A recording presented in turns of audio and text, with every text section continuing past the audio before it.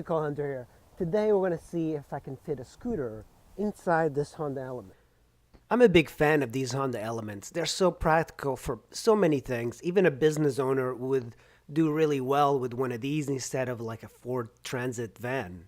And they look a lot more stealthy if you're doing like stealth camping in parking lots or driving across the country. And not only that, they fit motorcycles in the back. What else can you ask for in these vehicles?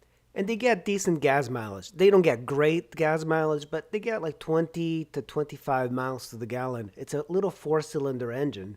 Let's open this thing up and see if we can get started.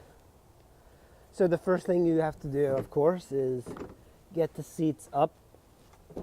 And I just like how you can pretty much have so much utility with this little truck. We need to figure out where we're going to tie the scooter. And it's good to have both windows or both doors completely open.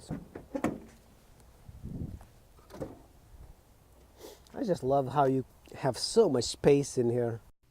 You definitely have to remove the seats and put them up. If you remove the seats, of course, you get a little bit more working space, but you don't need to. I just put them up and it fits fine. It also helps to have the seat completely forward as much as you can. For this scooter, it's so small that you really don't need to, but if it was a large motorcycle, you would have to. I want to show you where you can like tie the hooks. Right here in the floor, you also have it on the side, these little D-rings. They're all you need to tie in the bikes. You could also remove the handbrake plastic for some additional room. A lot of people put their front wheels right in the middle. There's so much space. There's one D-ring right here that you can hook stuff there. There's another D-ring in the back here. There's another D-ring here. There's another one here. And up top, you have two additional D-rings that you have to pull out this little bit of a plastic slider, and then there's there. And then on the other side, you have another one on the ceiling to tie things down. You could also, if you need additional tying, you could use this and that's to a tie nice in the bike. idea too. You can use any sort of ramp. I have a handicap wheelchair ramp that a friend of mine gave to me, and it's really good for small scooters, lightweight scooters, but for a motorcycle, you probably need something a little bit more heavy duty.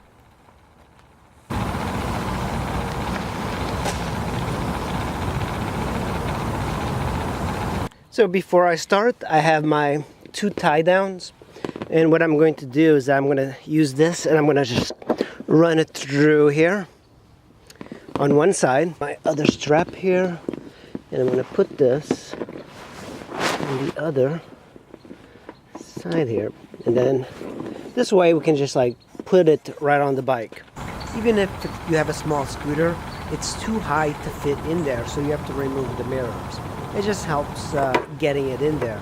You're also going to find that it's still just a little bit too tall, especially as you're coming up, because you're going high up.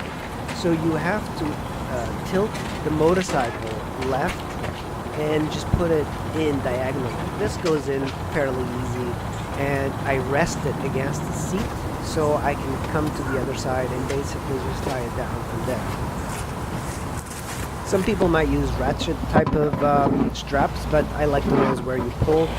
You don't need a lot of tension on that cable, because push the scooter really is not going to go anywhere. And as long as you just tie the front down a little bit and move, it's not going to go anywhere.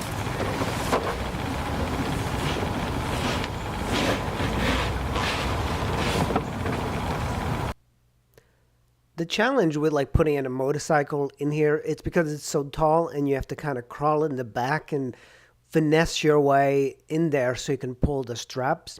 But on this scooter, because it's so small, it's much easier. But you can do this on a much bigger motorcycle, even sport bike. And luckily for me, this ramp fits in the Element as well, so I can just take it and deliver it and just bring it back with me. The bike does stick out a little bit, but it'll completely go in. The thing you might have to do is put the front wheel in between the handbrake, and you'll get some additional inches of space, and it'll be much easier to fit and close the door. And the Yamaha C3 is in the element, and I'm going to go deliver it. And to remove it, I expect it to be just as easy. I've put a Zero electric motorcycle in a Honda Element before, and it fits. You just have to be a little bit more creative. And it is a little bit harder because they're so much higher. But for an SUV, this has so much usability. It is such a great SUV. I just wish it got better miles to the gallon. But it's not just the carrying capacity, it's the fact that you have this as a bed and you can go on like long road trips and sleep in the car. You just have to go pretty slow.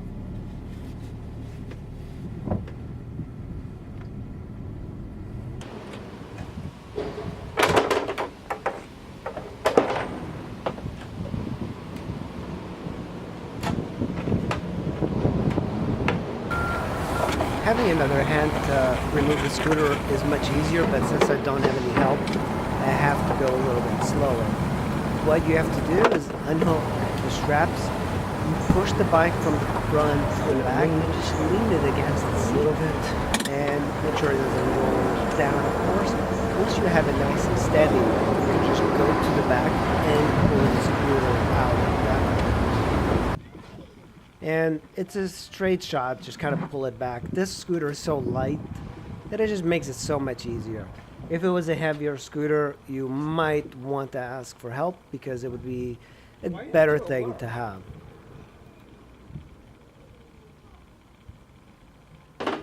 This is just one of the few reasons why people should have a Honda Element. If you're into utility vehicles, this is the extreme utility vehicle. And subscribe to our YouTube page so we can keep messing around in the woods and bringing you this content that is fun to make and hopefully fun for you to watch.